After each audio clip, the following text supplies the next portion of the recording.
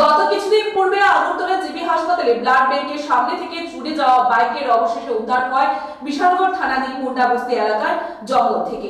পরে তদন্তক্রমে পুলিশ বাইকের মালিক সজল দেবনাথের সঙ্গে কথা বলে বৃহস্পতিবার বাইকটিকে নিজের বাড়িতে বা নিজের মালিকের হাতে তুলে দেয়, কিন্তু চুরি কাণ্ডের সঙ্গে যুক্ত কাউকে আটক করতে পারেনি পুলিশ।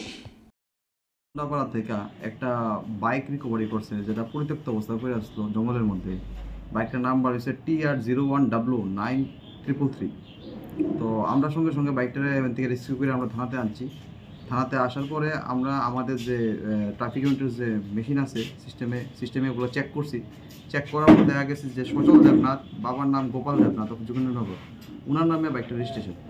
তারপর ওনার ফোন নাম্বার দেওয়া আছে, ফোনে আমরা কন্ট্যাক্ট করে ভদ্রলোকের সাথে কথা কইছি এবং উনি কইছে আমাদের যে উনি অলরেডি একটা ইনফরমেশন দিয়ে রাখছে জিবি আউটপোস্টে। ওনার বাইকটা গত 16 তারিখ জিবি থেকে মিসিং হয়ে গেছিল। বাইকটা কি অবস্থায় পাওয়া গেছে? বাইকটা জঙ্গলের মধ্যে পরিত্যক্ত অবস্থায় পাওয়া গেছে। বাইকের সাথে কি কাউকে আপনারা আটক করতে পেরেছেন? না, বাইকটার সাথে আমাদের কারোর সাথে আটক করতে পারিনি। বাইকটা পরিত্যক্ত অবস্থায় পড়ে আসলো। আজকে স্যার বাইকটা বাইকটা মুন্ডাপাড়া থেকে। আজকে কি মালিকের হাতে তুলে দেওয়া হয়েছে? হ্যাঁ, আজকে সেই বাইকটা আমরা মালিকের হাতে, অরিজিনাল যে রেজিস্ট্রেশন ওনার হাতে তুলে দিয়েছি।